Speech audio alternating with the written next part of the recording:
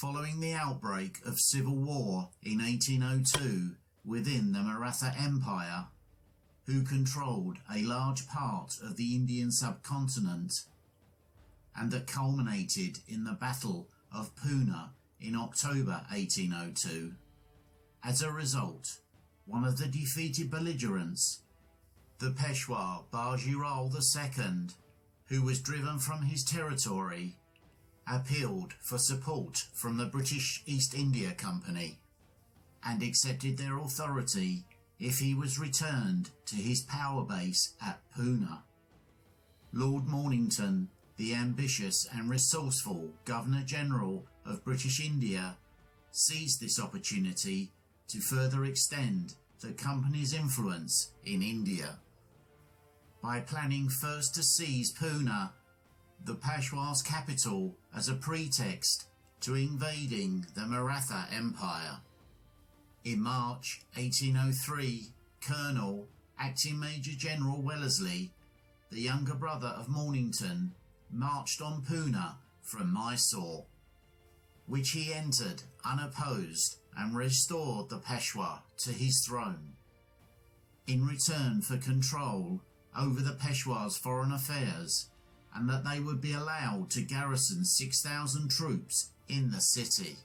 However, the restoration of the Peshwa caused the other two main belligerents in the Maratha Empire's civil war, the Raja Abera and the Dalot Rao Sindha, to refuse to recognise the Peshwa's authority and formed a military alliance.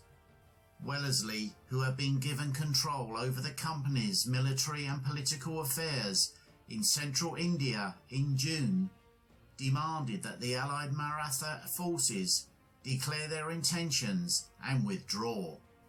However, after a prolonged period of fruitless negotiations, Wellesley declared war on the Maratha Empire.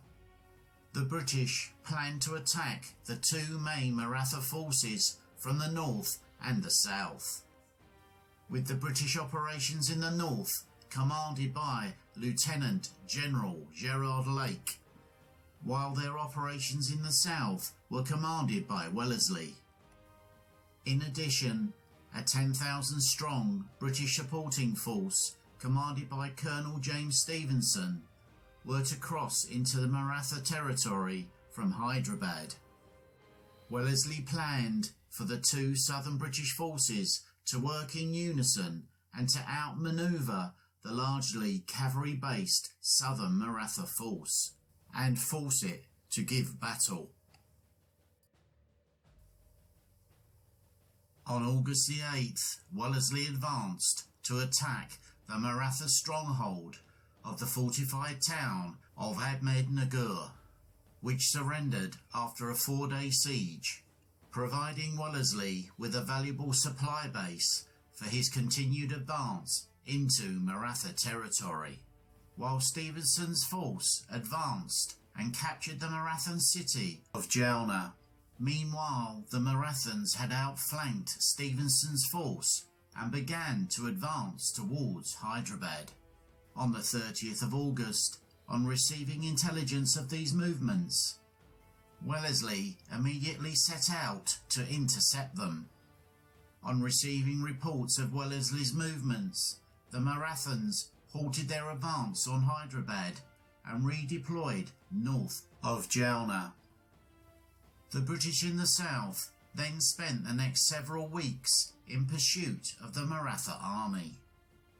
On the 21st of September, Wellesley and Stevenson met at Badnapur, where, working on received intelligence that the Marathan army was at Burkadan, some 30 miles to the north, they agreed to advance their two armies separately along either side of a range of hills and to meet at Burkadan on the 24th of September.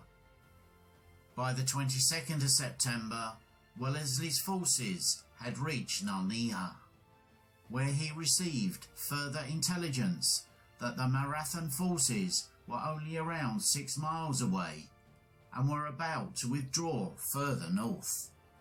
However, After a reconnaissance by Wellesley's cavalry, he discovered that far from withdrawing, the Maratha army were deployed in a strong defensive position behind the Kaitna River, ready for battle. Although outnumbered, Wellesley resolved to attack at once, without waiting for Stevenson's force, believing that the Maratha army would soon withdraw. Knowing that the British army were close by, the Maratha army of around 50,000 men, under the control of Colonel Anthony Pohlmann, a Hanoverian and former East India Company sergeant, were deployed behind the steep banks of the Kaitna River and its tributary, the Jahar, facing the only known ford across the Kaitna near the village of Towton. With their 12,000 strong infantry positioned on their left flank, many of which were trained and led by French officers and were supported by 100 field guns, with their cavalry of around 30,000 on their right flank. Pohlmann's plan was to use the ford to funnel the crossing British troops, first to be softened up by his cannon and then to be finished off by his mass cavalry and infantry. Meanwhile, the British force of around 13,500 men were deploying to the south of the Kaitna. Wellesley saw that a frontal assault across the ford would be very costly. As he started to think of an alternative plan, he observed two unguarded villages, Piet-Pougalon and Warren, which were opposite each other across the Kaitna beyond the Maratha left flank. On closer inspection, it was discovered that there was a ford between these two villages. At around 3 p.m, Wellesley ordered his army across this ford, which apart from some distant harassing cannon fire was unopposed. Once on the north bank of the river, Wellesley deployed his 6 infantry battalions into 2 lines, with his cavalry as a reserve in a third. He left his Mysore cavalry on the south bank to keep a watch on any Maratha cavalry which may attempt to attack the British from the rear.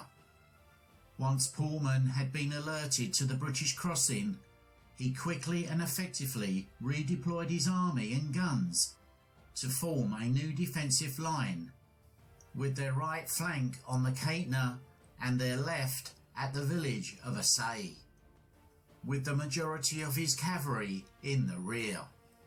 Although this new position secured both of the Marathan flanks, it also restricted their movements and did not allow them to effectively deploy their superior numbers.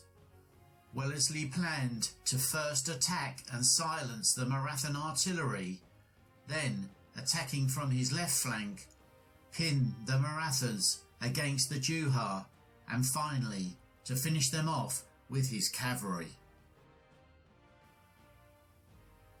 As the British continued to redeploy, the Maratha artillery bombardment intensified. Wellesley deployed his artillery in an effort to counter them. However, they had little effect against the mass Maratha guns. With the British casualties mounting, Wellesley decided that the only practical option to silence their guns was to advance his infantry directly into the mouth of the Maratha artillery. The British advanced at a steady pace with fixed bayonets, as they continued to suffer heavy casualties. At about 50 yards from their target, they fired a musket volley before rushing the guns. They continued with their advance beyond the Maratha guns towards their infantry, resulting in the right flank of the Maratha infantry breaking and fleeing towards the Juhar.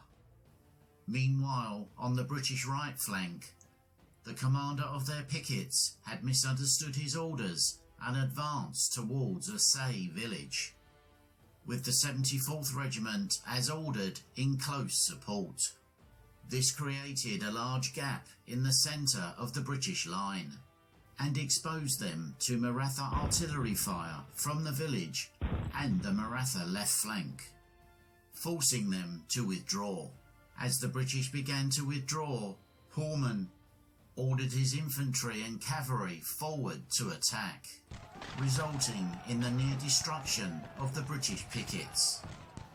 However, the remnants of the 74th were able to form a square. On seeing the danger, Wellesley ordered a detachment of British cavalry to attack. They charged towards the 74th square, routing the Maratha infantry and guns, driving them backwards towards the Juhar. Meanwhile, Pohlmann had rallied his infantry and redeployed them in a semicircle with their backs to the Juhar. However, by now their morale was low, with most of their guns either captured or abandoned, and most of their lightly armed cavalry were reluctant to join in battle. Wellesley then ordered the reformed British cavalry to attack the Maratha left flank, while he advanced the infantry in a single line against their centre and right. Although Maratha volley fire caused the British cavalry attack to lose momentum, facing the British infantry, the Marathas began to retreat and flee the battlefield across the Juhar. After the battle, Wellesley's men were too exhausted to immediately pursue the enemy. British casualties at Assaye were around 1,584, while Maratha casualties have been estimated at between 1,200 to 6,000. The Battle of Assaye was Wellesley's first major victory and is considered by many historians to be his greatest ever.